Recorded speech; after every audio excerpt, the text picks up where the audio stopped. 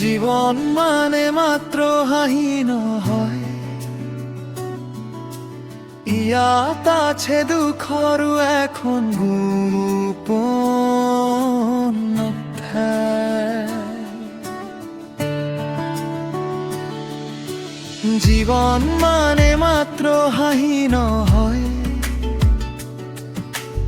ইয়াত আছে দুখৰো এখন গোপন অধ্যায়।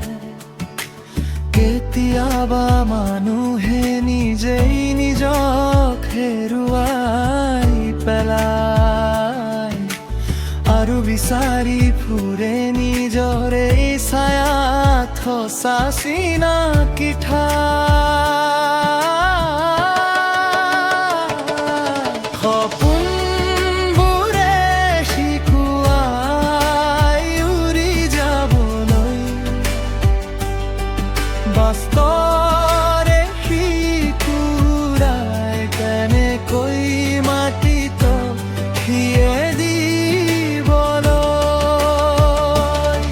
সপোনবোৰে শিকোৱাই উৰি যাবলৈ, বাস্তৰে শিকুৰাই কেনেকৈ মাটিত সিয়ে